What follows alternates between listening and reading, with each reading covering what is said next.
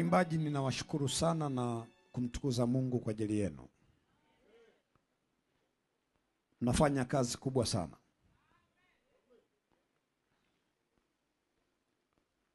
Na ndio maana ningepewa nafasi ya kushauri, nisingeshauri mtu ashindane na waimbaji zaidi ya kupendana na kuishi kwa umoja.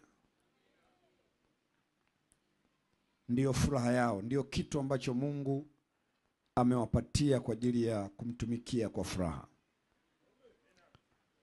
Na kwa hiyo kila sheria isiyo ya lazima inayoweza kuwafifisha moyo wa mtu kumtumikia Mungu kwa ajili ya kuimba ingetupiliwa mbali kwa ajili ya utukufu wa Bwana.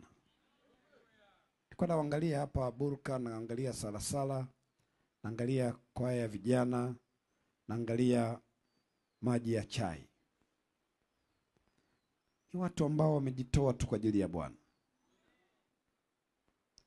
Wanatoka huku, wanakwenda huku, wanakaa wiki nzima, wanahudumu. Tuwatieni moyo waimbaji kwenye makanisa yetu.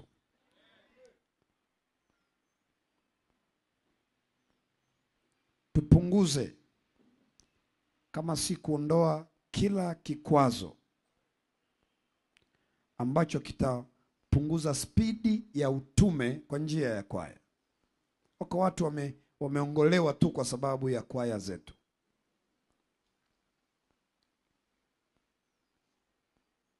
Nawatia moyo katika Bwana, na naomba Mungu ayape kibali maneno niliyoyasema na kwa kila atakayeyasikia.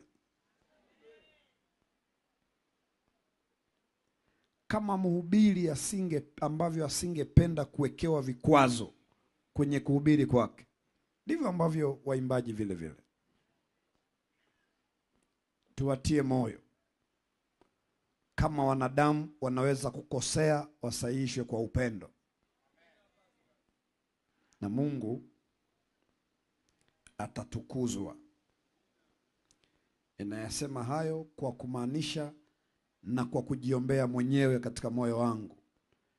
Ni shauku yangu ya dhati kuona yeyote aliyejitoa kwa huduma binafsi, kwa huduma ya kumtumikia Bwana, njia inawekwa wazi kwa ajili ya huduma hiyo.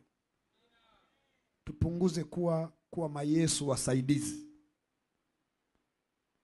Bwana na tubariki sana.